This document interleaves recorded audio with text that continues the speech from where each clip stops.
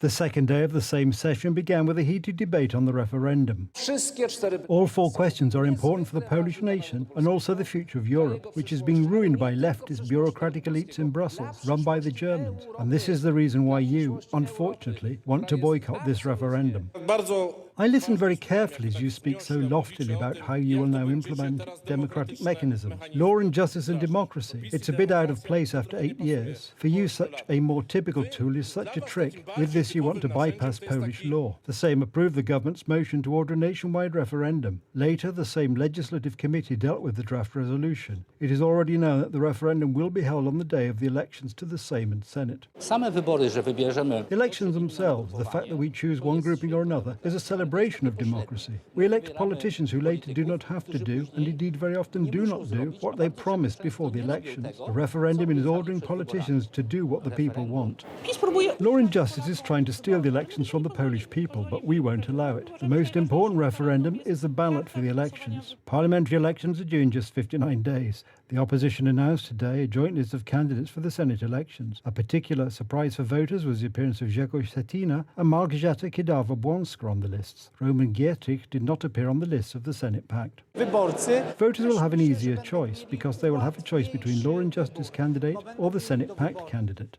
Is Law and Justice afraid of the Senate Pact? Absolutely not. We do not look at the opposition. We know very well that there are many tensions there. We saw the faces of the civic platform politicians yesterday when Donald Tusk invited Mr. Kołodziejczak onto the lists. Many civic platform politicians were surprised by that. The president of Agro-Unia will run in the upcoming elections for the civic coalition lists. Michał Kołodziejczak will be the only one in Konin, although some time ago the politician spoke unflatteringly about the leader of Civic Platform and sanctions on Russia. The farms I represent at the moment are suffering huge losses from this issue because the European Union imposes sanctions, and on the other hand Russia imposes sanctions on us. The Russians are just like us. We traded for many years. They would like to trade today, but they can't. I just see it as me losing out on this. They can't because the government has this policy and not another. Donald Tusk is taking the leader of the Agro-Unia formation on his list, praised by Russian propaganda. This is nothing new. All indications suggest that later today the Sejm will vote on a resolution on foreign interference in the electoral process in Poland. Mr. Weber, who spoke of putting a firewall in front of Law and Justice,